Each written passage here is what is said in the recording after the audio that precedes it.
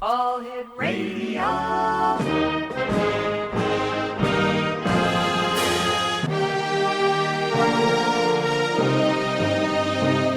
Welcome to the X Zone, a place where fact is fiction and fiction is reality. Now, here's your host, Rob McConnell.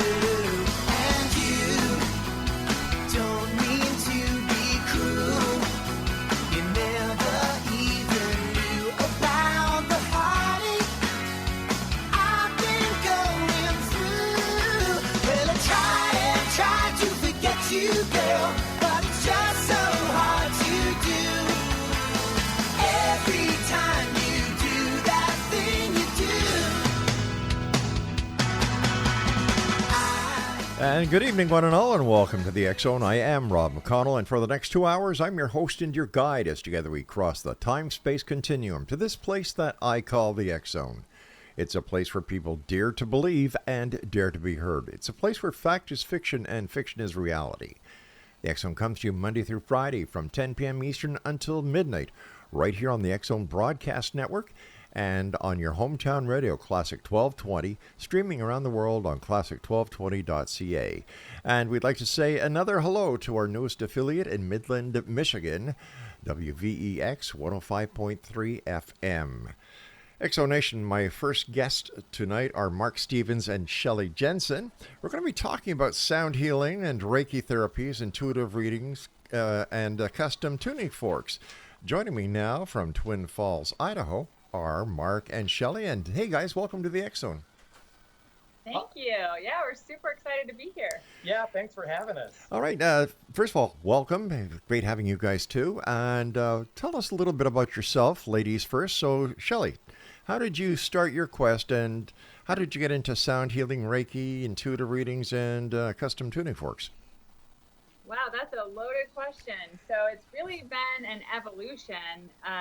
Probably during my college years, which was a while ago, I took a course called Religions of the World that really opened my mind. I was grew up, in a Christian household, right, and didn't have a lot of exposure to other things, and that started my journey. And as I went along, later on, getting into some of the new age things and crystals and all those fun things, I was introduced to tuning forks, and I was instantly in love and wanted to know more, and it just kind of snowballed from there. And once I was in a Tibetan shop and saw Tibetan bowls, which were fascinating, and really thought, wow, this is really cool stuff and things I haven't been exposed to before. So that's really what started my journey.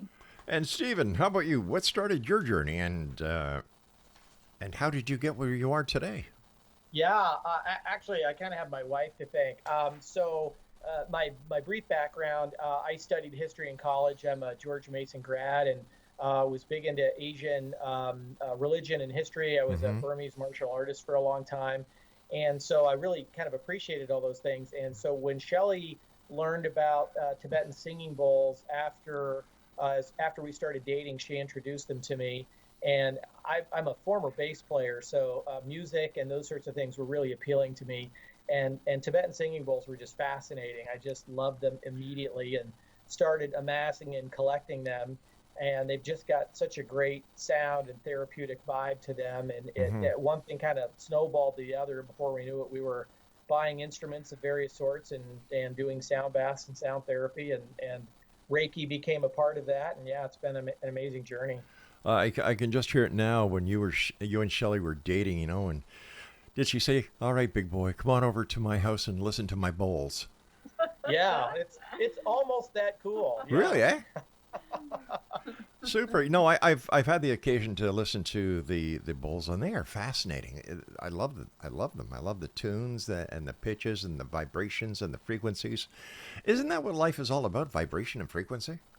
Yeah, it's all about sound and frequency, as a matter of fact, because we all that's what we're all made of. And I think that's what's so great about sound healing is that our bodies naturally just vibrate to that music. It's why most people love it. And when we're in that state of high vibration, we can heal. And that's the magical part about sound.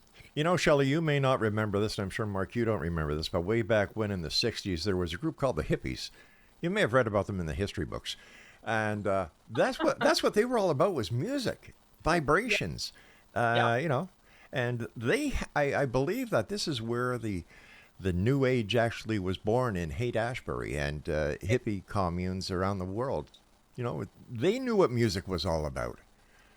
Yeah, absolutely. In fact, singing bowls can pay homage to the 60s. There was a gentleman by the name of Frank Perry who played in bands in the 60s. He was a percussionist, and he really took to New Age and therapy and singing bowls, and really he's become kind of an expert on the subject. He's written a book or two about him, and he's just a fascinating guy. He really made a big thing out of him. I think he played for Black Cat Bones was his band, and anyway, he became deeply interested in them and has been a real leader in that space. So, what is the history behind singing bowls? They're fascinating. They're certainly hundreds of years old, if not even thousands of years old. And the singing bowls predominantly were just regular instruments. They were certainly used to hold water and food. They were sort of a natural device, but the way they're made, and certainly when you get into the ancient bowls, they're known for having 7 metals, gold and silver and copper and brass and whatnot. And so because of the shape of the bowl, and when they're struck, they create these incredible harmonics and vibrations. They were adopted in Tibetan monasteries as a device for rituals and meditation, and so they really kind of took a life of their own. But obviously, being in Tibet until that world was really cracked open in the 20th century, these were things that most folks, certainly in the Western world, never saw. So as they finally became exposed, they became a lot more appealing. And they are actually made in many parts of Asia. They're not just from Tibet. Many are made in Nepal, in India, Japan, China. So they've got Bhutan and Burma. So a lot of interesting places. Now, you people also deal with tuning forks, right? We do. Okay. Now, do they work based on the frequency that the tuning fork emits? Yes. Yeah. Yep. Each set has different frequencies, and it was an interesting journey how we ended up creating our own. I always knew internally that I wanted to do this, and I couldn't quite find the right thing to connect it to. And finally, during our Reiki class, we took a dragon fire healing, is what it's called, and had some experience with dragon energy. And I'll let Mark tell his story. But we ended up really connecting our dragon parts to the forks, and then different frequencies that I was able to download and connect to each of the forks. The only experience I've had with tuning forks was when I was in the police force, because at the start of every shift, you would have to take the tuning fork and test the radar, and each tuning fork would emit a certain frequency which would relate to the speed test on the radar unit. So would that basically be the same principle behind the tuning forks that you people use when healing people? Yeah, it's very similar. Yeah, so back to your usage. Tuning forks, they're used for lots of different things. Obviously, they're used for tuning. So they're heavily used in the music world to tune a piano, for example. They're used in the medical world diagnostically. So yes, those frequencies are pretty important. And so finding the right frequency for the right thing becomes fairly critical, whether it's music or health. So that's definitely what we're tapping into, is the frequency. And the thing about a tuning fork, there's different kinds and different frequencies. So the lower the frequency, the deeper the tuning fork, to the point where some are almost inaudible, but create a lot of vibration. You can really feel the fork when it's activated. The higher forks produce the higher chimey sounds people may be familiar with. They're also vibrating. That's how the sound is made, is through vibration, but the vibration may not be as palpable. But all forks both vibrate and emit a sound. And so when we find the right combination of sound and vibration, we can apply that to healing and helping our clients with whatever might be ailing them. Now, how many different tuning forks are there? Yeah, well, in our set we have 4, but there, I mean, you can certainly, they're made in all different kinds of frequencies. But yeah, we sell 4 different sets, and they mostly go around with the chakras. So yeah, and the one thing I do want to talk about the tuning forks that I think that's fascinating when you talk about frequency, the way that I use them is you can ring the fork and go along the body, and you can audibly hear, or I can audibly hear when something's out of alignment in the body. So the sound will be off. You can hear a little, it gets like a dull sound, or will sound off tune if something is off tune in the body. Are you finding that sound healing is being accepted by Western medical professionals? Oh yeah, without a doubt. In fact, there's a woman in the San Diego area who I've had a chance to work with, and she does sound therapy, in particular Tibetan singing bowl therapy at Sharp Medical System right there in San Diego. So there are certainly health systems around the country and around the world that I think are more open. There are certainly some that are not. It's not, I would say, entirely widespread. But more and more Western medicine is realizing these other holistic treatments, whether it's acupuncture, massage, sound therapy, all these things are being a little bit more readily accepted. You can go on to Cleveland Clinic's website or other places, and you'll even see it listed as an option. It's usually listed as a way to create calm, as opposed to healing. They're not quite willing to admit that it heals yet, but they're certainly willing to recognize that it's providing ease and comfort for folks who may be struggling otherwise. Yeah, I'm a nurse and work in the hospital system here in Idaho, and we've had the opportunity to bring in some of our sound equipment into the cancer center and help some patients and things like that. We haven't implemented it into our health system as a modality, unfortunately, but I've definitely seen a more open-minded approach. All right, guys, please stand by. We've got to take our first break for this hour. X-Zone Nation, our guests this hour, Mark Stevens and Shelly Jensen, will be back with me as we continue talking about sound healing and Reiki therapies, intuitive readings, custom tuning, and much more. May the fork be with you.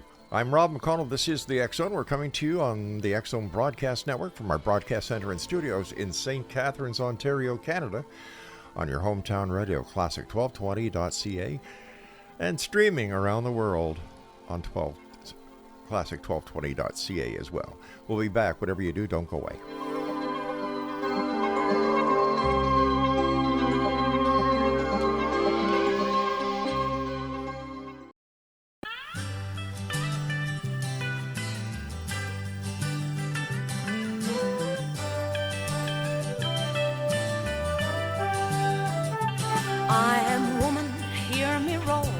Numbers too big to ignore, and I know too much to go back and pretend, 'cause I've heard it all before, and I've been down there on the floor. No one's ever gonna keep me down again.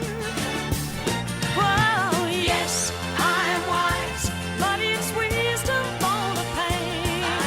Yes, I paid the price, but look how much And welcome back, everyone. Let me see here. Mark Stevens and Shelly Jensen are our guests this hour. We're talking about sound healing and Reiki therapies, intuitive readings, and custom tuning forks.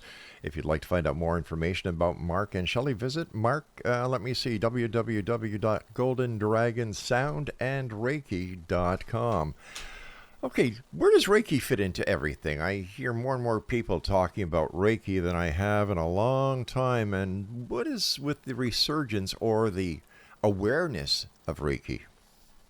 Yeah, that's a great question. Reiki is a fairly old healing modality, at least in the literature. It dates back to the early 1900s. It comes from Japan. There's a variety of lineages as far as various instructors. Mikao Yasui is the one most typically credited, although Reiki did not start with him. But Reiki found its way into the Western world into the 50s and 60s, and it's essentially an energy massage. It's either very light touch on the body or sometimes even away from the body.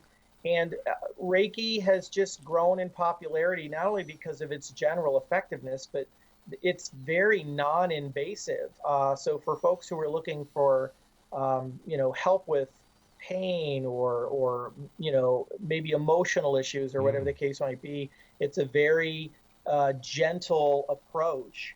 And so I think as spirituality has evolved, a new age has crept in more. I think people are looking for solutions to health problems where Western medicine sometimes lets them down. At some point, you just get tired of taking pills, and you don't want to be cut open for everything. So I think people are recognizing there are other things out there, and Reiki's practiced by enough people in enough different ways. I think there's just enough of it out there that it's becoming more widely known and accepted. What are some of the ailments that you and Shelly have seen improved by the use of Reiki? That's a great question. I think, we've seen a lot of different things. I'd say the first thing, probably one of the most common, is just anxiety and inability to relax and rest. And the interesting thing about Reiki, and Reiki's, a name of energy healing. There's many different modalities out there that are like Reiki. So for example, healing touch is another one. And when we have the ability to just spend some time with a client, and Mark and I work together, so we have two practitioners for one client. We have this ability through this energy healing, just help rebalance the energy. And it gives the person the permission to deeply relax for 90 minutes or so and reset. And that reset helps calm down our nervous system. And when we can calm down our nervous system, then our body can function so much better and be able to heal. Yeah, to expand on anxiety, pain's probably the next thing that we see the most in our clients. We had the privilege of actually taking care of one of the nurses who worked for Shelly years ago, and she was suffering from cancer. She was, I believe, on her third round. Oh, God bless her. She came to us with a lot of stomach pain that it was just the side effects of chemo and all the other things she was going through, and nothing would provide her relief. And really a combination of Reiki and sound therapy made her stomach pain go away. It was remarkable how she literally just didn't have stomach pain after that for months. So it's pretty powerful. And so pain is one, sleep issues and some other things. So yeah, it's good for a lot of stuff. I have to tell you, I love it when people like you and Shelly are able to do something to help other people. I think that this is what the world is meant to do, is to help each other. And, all I could like to say is, congratulations to you guys for being able to do that. But that's how I see it on the outside. How does it feel on the inside to actually have this effect on the lives of people? Well, this is our side job. Mark and I both work full time, and we really wanted to give back, and we love it. That's all I can say about, I'm driven to do this work, and it makes me feel good. And when I get to retire, I'll be able to do it full time and focus, more energy on it. But it actually brings me energy, and I'll let Mark speak for himself, but I gain energy from doing it. So I don't ever say, oh my gosh, we have a client, like I'm tired today. Like I get healing and energy from giving it. It's inspiring to me.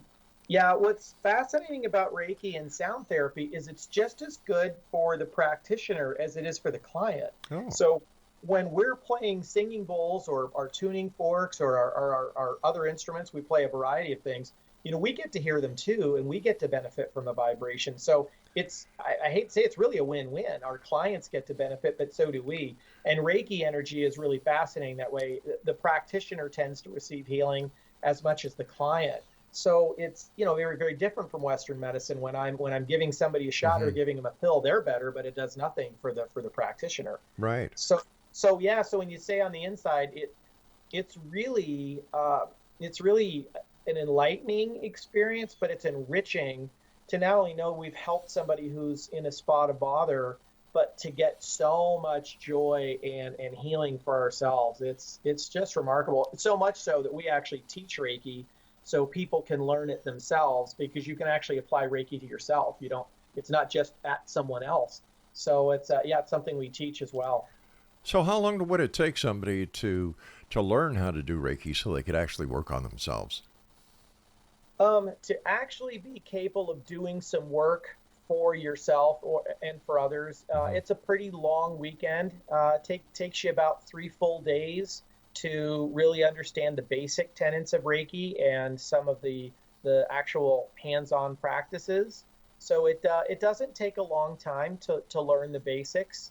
And then for folks who want to take it further, usually we encourage folks to practice and get comfortable with that energy, because some of it's trust. When you're doing Reiki on somebody, you have faith and belief that it's doing what it's supposed to do, but it's not always immediately evident. And so I think when folks are new at Reiki, there tends to be a hesitancy to wonder if, one, are they doing it right, or they're doing it in a way that helps. Mm-hmm. Yeah, the thing about Reiki, it's a magical time when you go through the different courses. So we're both master trained in a couple different levels. So there's many different levels you can take, but each level also helps you heal. So you go through a healing process, but then you also open up intuitively. There's a lot of opening up and a lot of personal journey that you go through with Reiki, as well as learning how to do the modality. Yeah. Now, can you do Reiki long distance?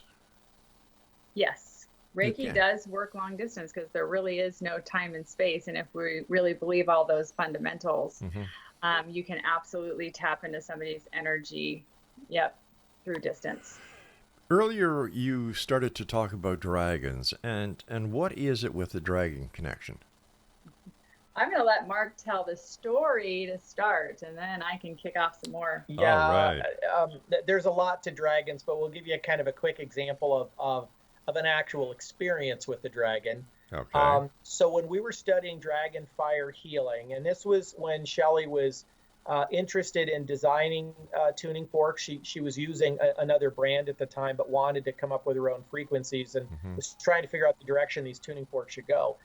When we were practicing this dragon fire healing, which is very similar to Reiki, part of the practice is you actually practice on a client. So I'm in the middle of this practice on a client. Typically your eyes are closed and you're almost in a meditative state as you're providing the healing to the client. And I was literally visited quite viscerally by a dragon who literally met me nose to nose. This great big green dragon who he told me this message. He said, "I am more than fire." And the reason he told me that is we were studying dragon fire healing. And so the idea was you use dragon fire to help another person heal. But with this dragon, his name is Unity. He wanted me to know that I am more than fire. I'm my eyes, I'm my scales, my talons, my teeth, my eyes, my heart, my wings. There's all these sub energies tied to a dragon. And so it really got us fired up about tapping into them. And Shelly's gone whole hog, way beyond the tuning forks. That's been certainly a good outcome from them. But tapping into their energies and their dimensional properties, and Shelly can tell you more about that. She's gone a long way with integrating them into her work. Shelly, did you have the same dragon experience that Mark did? I didn't have the same experience. I was visited by some dragons with meditation in a little bit different way than he had. It wasn't quite as visceral, but I could definitely feel the energy and tap into it. And the thing that I've learned working with this energy, they can get close to us about in the 4th dimension. So the nice thing about dragons, and you'll hear this, you probably know, a lot of people have experience with dragon energy. It's an easier thing to meditate and tap into because they can get closer to our energy, which is fun. All righty. We've got about a minute before I have to go to my next commercial. But do you also teach dragon energy as well as regular Reiki? We do. It's certainly something we're prepared to teach. We've spent most of our time on Reiki, But when we find the right students who are Right. ready to progress, that's definitely something they can learn as well. One thing I do is I can channel information just like a psychic reading. It's the same thing, but I do that with dragon energy for clients, and I bring in a dragon and I can see them in my mind's eye and I draw it. So I do dragon art and dragon readings for clients as well, which has been really fun. So it sounds to me like you work harder when you're not at work than when you're at work as a We nurse. were just saying that today. I was like, oh my Yeah. gosh, yeah, we do a lot. You know, Yeah, my wife is a retired nurse, so I have Aw. nothing but the highest of respect for nurses, and I just know how hard you work, and that's why I find it very, very hard to understand or even believe that you're working so hard to help people away from your duties as a nurse as you are with them. So God bless you for that. Aw, I'm honored. Like I really Yeah. am, and I have a full heart to help people, and I know the healthcare system needs some rehaul, and that's Yeah. my mission, is to see what I can do. All right, guys. All right, stand by, guys. You and I have to take our middle break. Exonation, our guests this hour are Shelly Jensen and Mark Stevens. We're talking about sound healing, Reiki therapy, intuitive readings, dragons, and all those other kind of neat dragons. We'll be back on the other side of this break as the X Zone continues from our broadcast center in St. Catharines, Ontario, Canada, on the X Zone Broadcast Network and on your hometown radio, Classic 1220, streaming at classic1220.ca. Don't go away. Price. But look how much I gained. If I have to, I can do anything. I am strong. I am invincible. I am woman.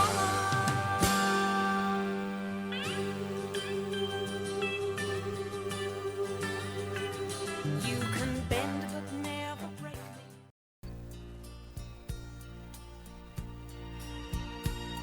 I'm strong, I'm sure, I'm in control, a lady with a plan, believing that life is a neat little package I hold in my hand. I've got it together, they call me the girl who knows just what to say and do. Still I fumble and fall, run into the wall.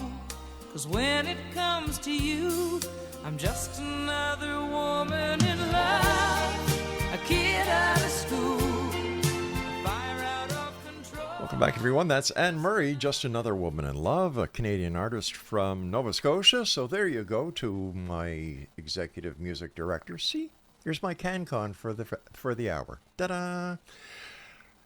Exonation, Shelly Jensen and Mark Stevens are our guests, and we're talking about Reiki. We've talked about dragon healings. We've talked about sound healings, tuning forks. And where do you see the future when it comes to sound healing, Mark? I think it's got a very bright future, as a matter of fact. I think it's permeated a lot of more traditional spaces than people might recognize. From apps on your phone that have singing bowls in the background to going to a yoga class and somebody is playing a handpan. I think all of these alternative sounds are just getting a lot more time and attention. You see them on TV shows. And so I think people are recognizing that sound is not only beautiful to listen to, but it has this lovely therapeutic healing effect. And it's really remarkable, even in our little town, where you wouldn't expect something like this maybe to take hold, the appeal that it has and how many people are interested in it. So, yeah, I think it's got a bright future. Shelly, what have you seen, being a medical practitioner working with Western medical practices as a nurse? Have you seen there be an importation of let's say, ancient medical philosophies being incorporated into Western medicine? I would say ever so slightly. Ever so slightly. What is happening from my perception, and I'm in a senior leadership role, is that there's more of an open mind that this is part of healing. And I think that's what's been refreshing, even though it feels very slow from my seat. Right. It so is starting to open up. So meaning that, our providers are starting to really recognize that there is this spiritual other component that is needed. And if the patient believes it and wants it as part of their healing process, they're more open to bring it in. It used to be years ago. I mean, we couldn't even, nothing. It was all hoax to that world. And I've seen much more of an open mind to it. Yeah, you said that that the client has to believe in it. Could this be looked at as part of the placebo effect? 100%. If our minds are so powerful, and I've seen this in many areas throughout my nursing career, and if you just think about at a time of crossing or time of death, there are some people who hang on for a really long time, and they shouldn't, right? We think, this person, wow, it's been 7 days and it should have been 2 hours. And, the mind is very, very powerful. And what we believe and what we imagine is real. And if we can really understand and know that, we can make a difference in our lives. So if we really believe that something can work for us, it has a much better chance of working for us than if we say, oh, this isn't going to work. Right. We're already in that kind of negative pathway. Yeah, to jump in quickly, though, there are definitely some medical studies out there that show these sorts of modalities are more than just placebo, because the placebo effect, it's really a pejorative term that it really doesn't work as long as maybe you believe it. And it's not that our mind doesn't have power, but there are definitely some studies. There's not many. The acceptance is still relatively low, but the reality is that people are starting to find through these studies that these modalities have an effect beyond just straight belief. And so I think it's helping to open the doors that what heals us and how medicine works and what medicine even isn't restricted to Western medicine. And when you look at other countries in particular, the US tends to be fairly strict on these things. If you were to go to Europe, for example, there's a physician there, Uwe Albrecht, who came up with a system known as Innerwise. It's a frequency medical approach. It has some Reiki-like properties, and it's seen as an actual medical device in Europe. In the US, you're lucky to just get it published as a book. So there's other parts of the world they're starting to recognize this is beyond just hocus pocus and belief. There's reality to it. Yeah, it takes I'm not saying that there isn't reality, but no matter what the medicine is, no matter what the diagnosis is, the placebo effect or the belief in making things better is a fact. You can't deny it. Right. And that's what I was saying. It's both. I think you have to have something that is working, vibration and sound, and you have to have belief together. And we say this all the time. We have clients on the table. We're so happy that you feel better and we're able to help you. Sure. But you have to go out and keep yourself in this high vibrational state and in the condition you're in, or else it's just going to go back. Right. Yeah. I would imagine that, sound vibration and Reiki and the other types of healing that you two do would work wonders in a retirement home, an old folks home. Well, we're right there. We need it too. No, just kidding. Yeah, absolutely. I think, for sure. I think that's a great place. And I get the pleasure of one of the units that I work with in the hospital is a long-term care unit. And we have the tuning forks there for the residents, and there is some sound therapy for them. And that's really, beneficial. We actually played a sound bath for the residents of our nursing home 2 holiday seasons ago. And it was delightful just to see sort of the relaxed look on their faces. And so, there's definitely a place for it. And because, again, it's so non-invasive, right? It really allows people to relax through things that otherwise they might be suffering from. There's no doubt. How many notes are there in the bowls? Oh, that's a really fascinating question. So just some quick background. The singing bowls aren't tuned to what most of us think of as the Western music scale, which is essentially 12 steps. So Right. the 8 notes that people know about, there's 12 steps in that scale. The Western music scale is a few hundred years old. Singing bowls are hundreds, if not thousands of years old. So they didn't think of notes when the singing bowls were being made. Now, if you buy singing bowls today, if you go to a new age shop that sells them, or there's actually a company, Zen Singing Bowls, that produces bowls that are tuned to specific notes. There's this tendency to want to have a singing bowl that's tuned to an A note, or tuned to a G, or a D, or whatnot. I would tell you that trying to think of medicine that's thousands of years old in the Western music scale is probably skewed. But the reality is that you can certainly get singing bowls that are tuned to those notes. The fascinating part about most singing bowls, whether they're crystal, and in particular with the Tibetan metal bowls, they have so many over and undertones that they'll actually oscillate through a number of notes. So one bowl can actually produce 2 and 3 notes. Now, is there any set, you know how when you play music, there's sheet music, right? Or you can play by ear. Is there any set format, or what's the word I'm looking for here, Craig? Yeah. Is there any set music that you're to play on the bowls? Let's say if you want to heal yourself of, oh my gosh, a headache, or if you want to relax yourself, or if you want to get better sleep, or does the resonance of the bowls just carry throughout the entire body, and whatever needs to be fixed is fixed? Yeah, so I teach classes also. So one more thing that I do, but the what I teach is it takes energy, intention, and intuition. So I'm going to start there, because we do certain music, and we're going to be putting some out on YouTube, playing music for, maybe somebody who's had a brain injury. So for that relief, or to relieve headaches. And so you can put intention into it, but it doesn't really work that way in this type of music that we play, that it's like sheet music, like a piano or something like that. Mark and I intuitively play. And what that means is that we don't practice. When we do a sound bath, we just know. I don't even know how else to say it. We intuitively connect to each other, and he'll play one instrument and I'll go back it up with a drum or something. And then we go on to something else, and we'll end exactly at the right time. It's really cool that we have this ability together to do that. But it isn't what you're thinking, and I know what you're trying to ask, and it's not like we have a planned out sheet music and we're going to play this way, and every single time is the same thing. It's different every time. It's like a jam session.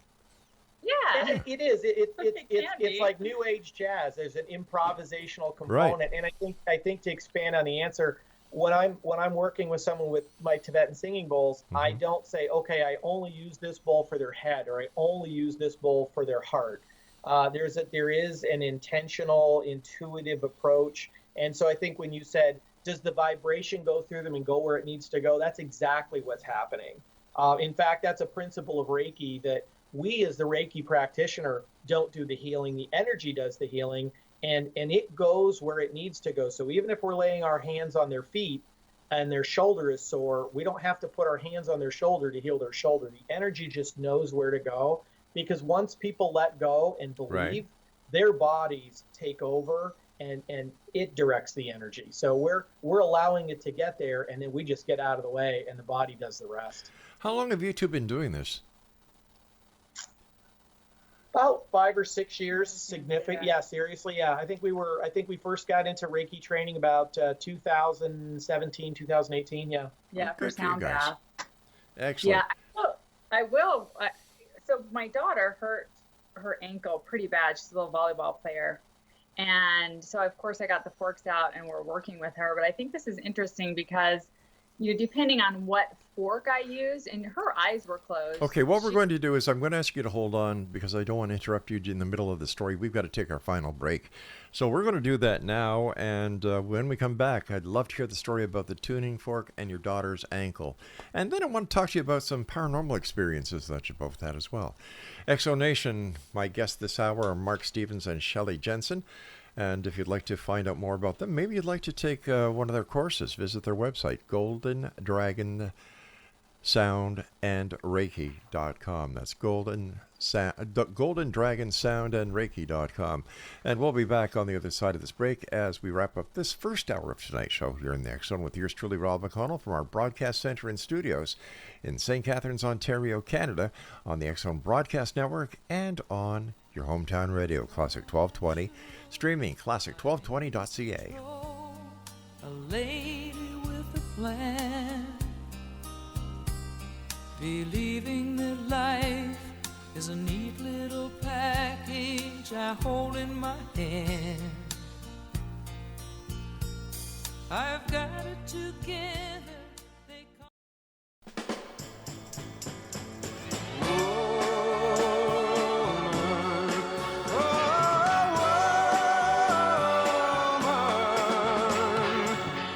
have you got cheating on your mind?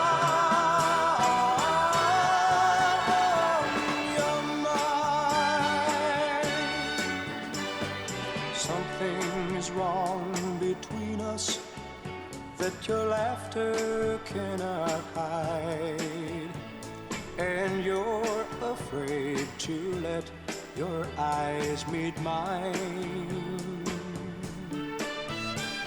And lately when I love you, I know you're not satisfied. Mark Stevens and Shelly Jensen are our guests this hour, X Zone Nation. And first of all, guys, I want to thank you so much for joining us. It's been very interesting, and congratulations on all the great things you do. Well, thank you. We've certainly enjoyed this. Shelly, let's get back to you and your daughter. She hurt herself playing volleyball, was it? Or soccer? Yeah, she sprained her ankle bad, one of the terrible sprain. But anyway, we got the forks out, and I was working to start the healing process. And because it was so sore, I couldn't use the vibrational forks, only the high tuning forks. But the interesting part, which taught us something, is that each different fork I would play, she could feel it at a different spot in her ankle. And her eyes were closed. I mean, she wasn't even watching us. And I would ring one fork and she'd be, I can feel that over here. And so it's very interesting how frequency works. So what that told us is that different frequencies can affect different areas. So that was a fascinating learning experience. Mark, in your opinion, what has been the most awe-inspiring moment that you've had while working with sound healing? We've had a couple. I think the nurse that we mentioned earlier in our dialogue, that was really remarkable. We helped her quite a bit between helping alleviate her stomach pain, helping to alleviate some sleep issues that she had, and we were fortunate. Sadly, her time came. And she was on hospice. Oh, I'm sorry to hear that. Her husband, yeah, it was sad. And her husband was really a non-believer in these things. They grew up on farms, and he's kind of great salt of the earth. But he watched all of this with his wife, and he was so impressed and so grateful for the relief that he really, he was just enamored with something he didn't understand. And so he invited us to assist her when she was literally in a hospice bed in her home, literally hours before she passed. And we were able to provide a Reiki and sound therapy session for her. And, it can feel a little gruesome, but her body was fairly rigored and stiff and tense. And, after we spent an hour with her, and she's essentially unconscious, non-communicative, and to watch the relaxation that took place in her body, and it was just amazing. So this is not a conscious person who can dialogue with us, and to see her body just relax and see all of that tension melt away. I mean, her husband was sobbing, we were crying, and she was able to pass a few hours later in so much peace and dignity. It was just a remarkable experience. How about you, Shelly? What has been your most inspiring awe moment? I've had some. I'm going to go to the paranormal side here since we were heading that way. All right. I had a very interesting experience with a client who, was just kind of having issues clearing herself and felt like she wasn't herself. And we went into the session with the intention to clear some things from her. And I could feel that she had, other energies with her. And while we were giving Reiki and I was working on her feet, I saw a shadow being literally come out of her body. It was about 3 feet tall. It was very weird shaped, had like a square body, it had a head, arms, legs, and I thought to myself, did I just see that? You look a couple times and it jumped off of the bed. I literally saw it come off of the bed and run behind the chair. And I thought, wow, well, it worked that we cleared her, but now what am I going to do with, a shadow being in the room? So we spent quite a bit of time clearing the space after that. So that was an interesting event. So are you also an exorcist then?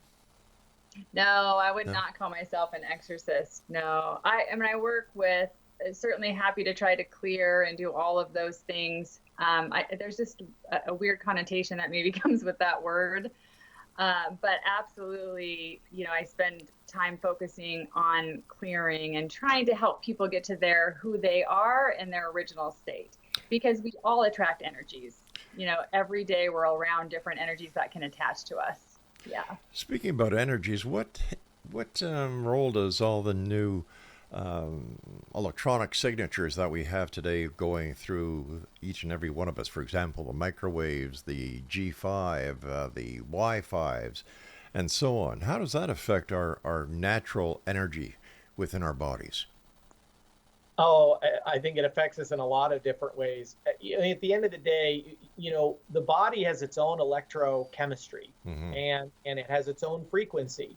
And when you start exposing it to all of these other artificial frequencies that aren't natural and aren't how our bodies want to vibrate, they create all sorts of problems for us. And then the other thing is that these energies, they're addictive. So how many of us spend the majority of our time with a phone in our hand? I mean, we're talking to each other at dinner and our phone's in our hand, and we've literally almost lost the ability to communicate normally. So I think it's reprogrammed our brains. It's reprogrammed us socially.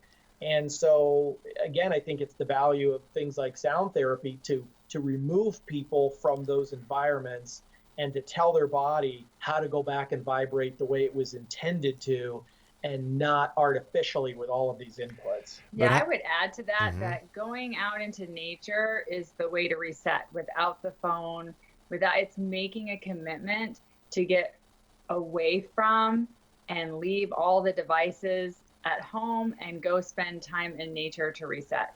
But even if we leave the devices at home, the frequencies are still out there. The microwaves are still out there. The G5 is still out there. Yeah. The Wi-Fi is still out there. So even though the device isn't with us, we still face the problem all the time. Yeah, which is interfering with our intuition and our direct connection to source and spirit and guides that help communicate with us when we're bombarded with all of these things. So very important to ground, put your feet in the dirt, and you can, get away from them as much as you can. We have devices in our house that help mitigate that. We have a couple different things, and I believe that's helpful, but you're right, it's very hard to get away from it. Yeah, I feel strongly though, and especially coming with my martial art background and sort of Chinese medicine, Qigong, Tai Chi, I think when we are intentional about tuning in, we can tune out. And those things that are outside of us don't have to penetrate.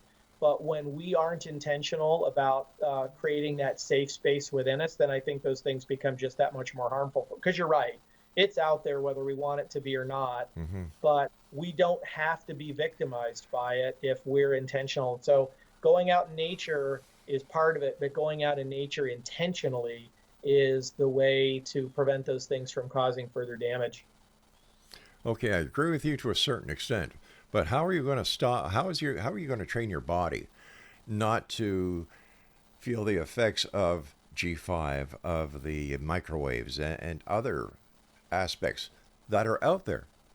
Yeah, it's a fair question, and I think the analogy for me is if we could use sound therapy and Reiki to keep chemotherapy from wrecking a woman and keeping her from sleep and keeping her in constant pain. I'm convinced we can do the same things to prevent other energies from getting in us. It might be a bit of a leap of faith, but I'm convinced if we're energetically sound and we're vibrating at the level we're supposed to, we'll attract like, and those things won't want to come in. In all fairness, Mark, you only had success with one person who had cancer. Am I correct? Oh, that's the one. Yeah, that's one client. We've had effects on other clients. We focused on her, but there certainly have been others. Who had cancer? I don't know. We've had folks who had cancer in the past. Yeah. She was going through it at the time, but we've certainly had folks who had cancer in the past and a variety of other medical and other symptoms post chemo. Yeah. Okay, quickly tell me about your UFO UAP sightings.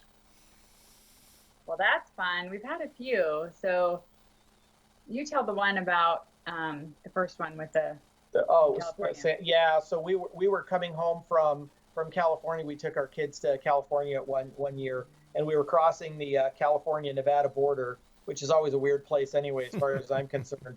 And we had two orbs literally come over the top of the car from the back of the car towards the front, so we could see them zip out in front of us through the windshield. And they paused in front of the vehicle, and they're quite high. And this is in the daytime, mind you, not at night. And they began almost bouncing in the air and circling around out in front of the vehicle. And as soon as that happened, for a handful of seconds, they literally split. One went right, one went left at high speed. There's certainly Air Force bases and military installations in the area, but having grown up around military bases, my dad was in the Air Force. I've never seen an airplane do what these things did. Like So that's one of about a half a dozen sightings we've had. It was probably one of the more remarkable, but we've had a few others. Tell me about another one. We've got about a minute and a half left. So we had a very interesting experience on the way to Mount Shasta. And the whole way there, I was like, come on, I want to see some crazy things. Like, I'm all in, right? Yeah. Like, I want to see the actual, like, alien standing somewhere, right? Asking for this to happen. And on the way there, we were driving, and we both looked up at this cloud, and it was the oddest thing. It was a shape. It turned into a different shape like every second. It turned into a shape of a wave. It turned into a triangle. It turned into a circle. I can't even remember all the shapes, but it's impossible for a cloud to do that. It's impossible. And I didn't even say anything. I just kept staring at it. And then I looked at Mark, and he was looking at it, and I'm like, did you see that? And he's like, yep, I saw that. It was fairly interesting because we were driving right next to a small grass fire, and there was wind. The smoke was going straight up. So the clouds weren't moving. So why this thing morphed so many times in front of us, and then literally very specific shape, and then evaporated. There lies the mystery. Guys, I want to say thank you so much for joining us tonight. Continued success. I love what you're doing, and just keep it up, please. And don't forget to drop us a line once in a while to let us know how you're doing. Oh, thanks so much. Appreciate you. Thank you. You guys take care of yourselves. And Exo Nation, if you'd like more information about our guest this hour, Golden Dragon Sound and Reiki.com. I'll be back on the other side of this break as the X-Zone continues with yours truly, Rob McConnell, from our broadcast center and studios in St. Catharines, Ontario, Canada, on the X-Zone Broadcast Network, and coming to you tonight on your hometown radio, Classic 1220, streaming at classic1220.ca. Coming up on the other side of these short breaks, hour number 2 of the X-Zone commences right now.